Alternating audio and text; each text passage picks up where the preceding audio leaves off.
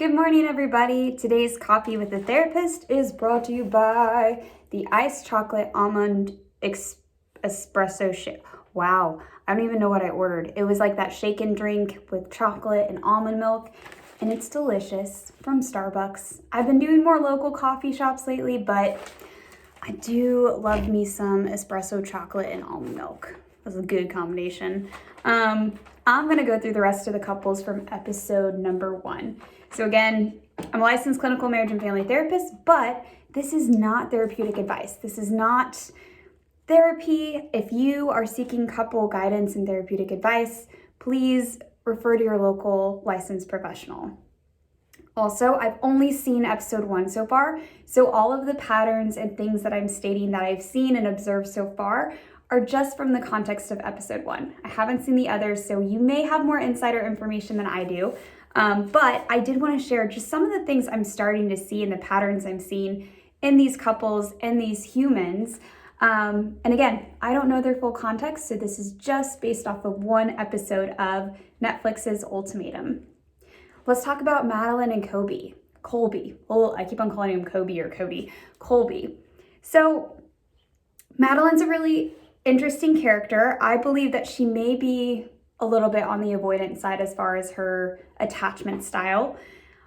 It sounds like Colby told us that her parents had gone through a divorce. And so she may have some attachment and divorce trauma that's informing the way that she relates to him and the ways that she's thinking about marriage and commitment. That's totally understandable. The thing that I thought was interesting is she would make comments about it being hard for her to see herself committing to one person, which again, I think is more of the avoidant attachment style.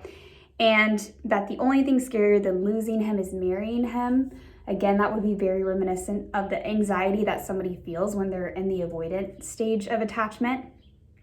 And the other piece I thought was interesting is she made a comment. She felt like Colby was excited to go and experience other women, although he did not say that. In fact, when he was talking about his feelings with her, he said he was scared of losing her and that he wanted marriage, he knew what he wanted. I actually think Colby might be one of the few that is genuinely secure.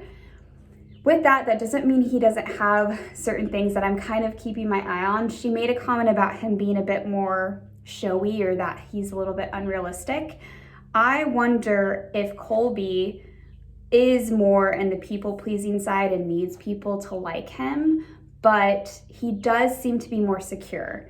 I was very impressed with the ways that he talked to other people. He did seem to come to other people and be curious and want to validate their feelings and where they were at without trying to change them.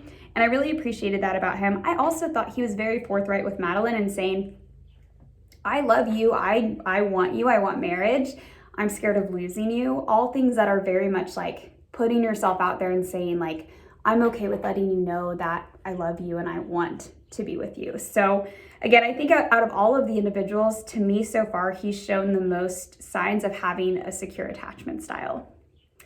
Randall and Shaniqua. So Randall, I think he's a bit of an avoidant attachment style. He states that he wants financial stability, but I don't know if that's really what it's truly deeply about. The one thing that was kind of cringy to me is when he was comforting Shaniqua at one point, he said the term, I love you, right?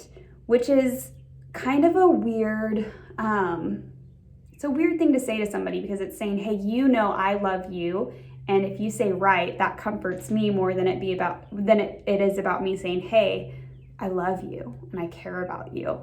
So when he said that, I felt like it was a little weird. It was when she was crying and I felt like it was more about making her not cry. I think he's a little bit uncomfortable with her feelings of sadness and attachment to him and her feelings of anxiety.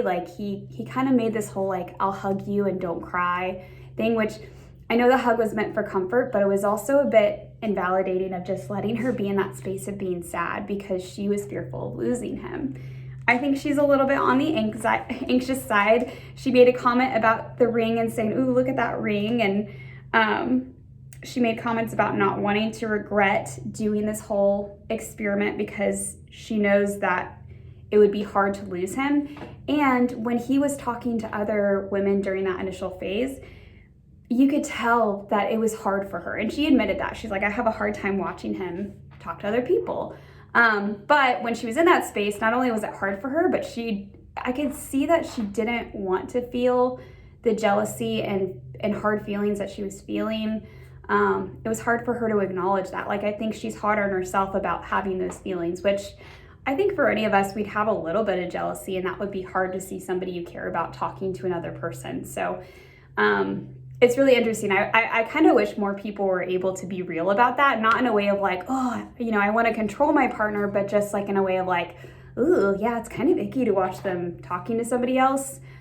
But this is part of the experiment, and let's process through that. Moving along to Rey and Zay.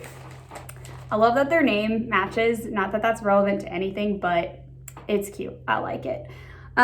Rey, she was the one, no wait, he gave the ultimatum, sorry. I'm confusing because their names rhyme. Rey was the one to give the ultimatum. And no, sorry. Rey is the female who gave the ultimatum. She wants to get married to Zay, but I thought it was really interesting because although she really wants commitment and she's feeling very sure about Zay, she had a hard time telling him why she wanted to marry him. She had a really hard time going deep and talking about her emotions. And I think Zay had a really good point in saying, hey, I want you to share your emotions with me. Like, if we're going to make this deep emotional commitment, I want to know like how you're feeling about me, and I want to be able to have these emotional conversations with you. She really struggled with that. And in fact, she deflected and was like, how about I show you instead? And that was kind of more, again, it's not bad to show people in physical ways either. I'm not shaming that. I think that's also a beautiful thing. But I think it was more of a way to just, to kind of deflect and to invalidate his need and his bid for like, I want to emotionally connect with you and hear about how you emotionally feel.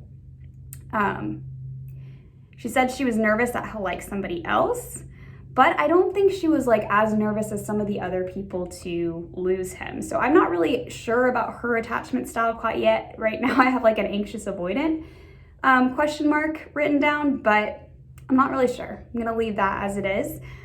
Zay is still in school. He said he felt like it was his first relationship and it was just a matter of time. So he said he would hate to lose her. And I felt like, even though he was the one that wasn't ready for marriage yet, he seemed a bit more secure to me so far. Now, the one comment he made that was a little bit weird to me was that he was talking about how important sex life was and that he needs to have sex 2 to 3 times a day. Again, not here to judge that. I think, people are different and have different sexual needs, and that's cool. But I'm always a little wary, just like with like the money conversation with people, and they're like, they have to have a certain amount of money. Like when things are deal breakers, like if the sex thing's a deal breaker or if them having a certain amount of money is a deal breaker, that's always a little bit of a yellow flag to me. Like, is it really a deal breaker? And what is the meaning behind it being a deal breaker? Is it coming from a healthy space or a not so healthy space? So not a huge deal, but calling a yellow flag on that. All right, April and Jake. April, I definitely think has an anxious attachment style. She's definitely ready to get married. And it's really interesting. I think she puts off that she's like super confident. Like when she self-describes herself, she's like, I'm a firecracker and I make jokes and I pay for myself. But I really think she really needs kind of the validation from other people.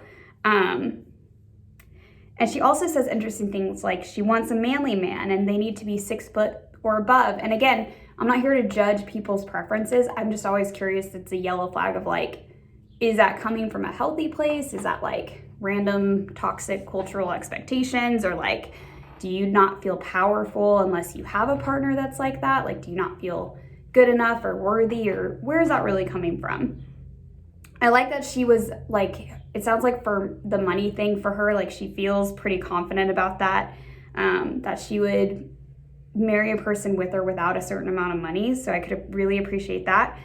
And I do think she's like an interesting human. I think she's kind of funny and entertaining, but I also kind of get the vibe that that's coming from maybe a not so healthy space. Like, I think she kind of needs that validation. All right, Jake, his perspective was like, hey, let's see where this whole thing takes us. He's been in the military for 1.5 years. I put 1.5, so 1.5 years, essentially.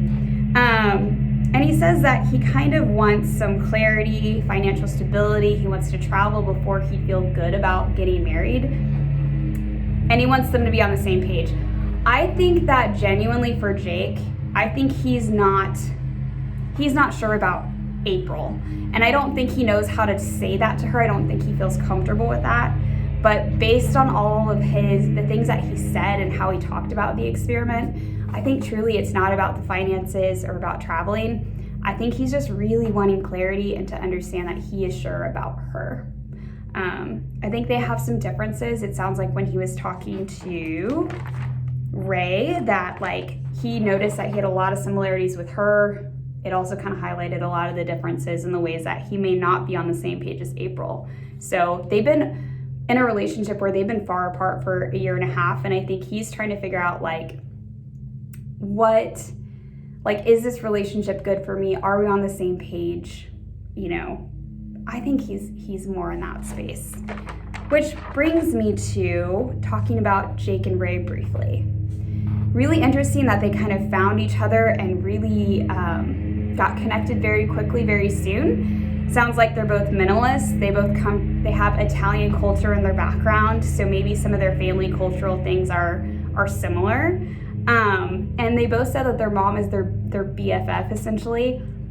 A little bit of a yellow flag for me because it sounds like they're both a little bit enmeshed with their moms.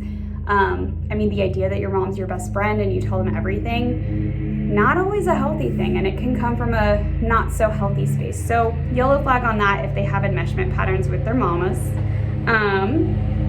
But it sounds like they're kind of connecting and jiving. I've got a lawnmower in the background. I appreciate them, so I'm not too upset about it, but I'm like, maybe a little bit off on the sound at the moment. So let's dig into our last couple real quick. Nate and Lauren. So they have an ultimatum. It sounds like the basis of it is that they don't agree or they're not on the same page about kiddos. Lauren says that she doesn't want to have kids, but that she believes in compromise versus sacrifice.